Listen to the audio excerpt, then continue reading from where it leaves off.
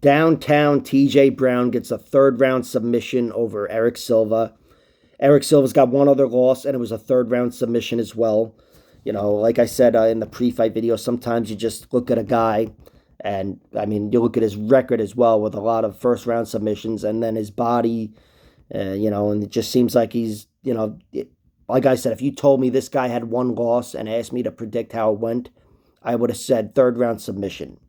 That's what I said in the pre-fight video, and that's exactly what it was, and that's what it was here. I think a lot of his losses will look like that, where it's just him not being able to sustain for 15 minutes and being overwhelmed by a fighter with better cardio.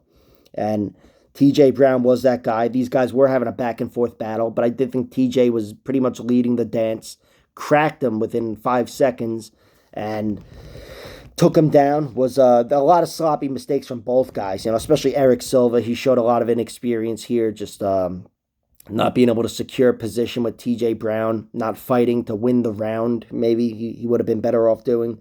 Instead, he was fighting for the finish and got swept. There were a lot of reversals and sweeps here, but TJ Brown's the guy with the cardio, the guy that can fight hard for 15 minutes at the UFC level.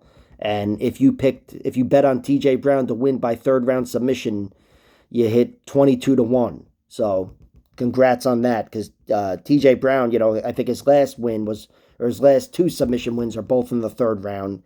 Yeah, regardless, he's got two of them anyway, and I think they're both arm triangles, and this is just another one. An excellent performance from TJ Brown, taking out a guy who I thought had and still does have a pretty high ceiling overall, but I don't think, that will change over time, because this guy's about to be 36, Eric Silva. Now he's 0-1 in the UFC. The ceiling's not that high, but coming into the fight, I picked him to win for a reason, because I respect his offense, but I don't respect his defense so much.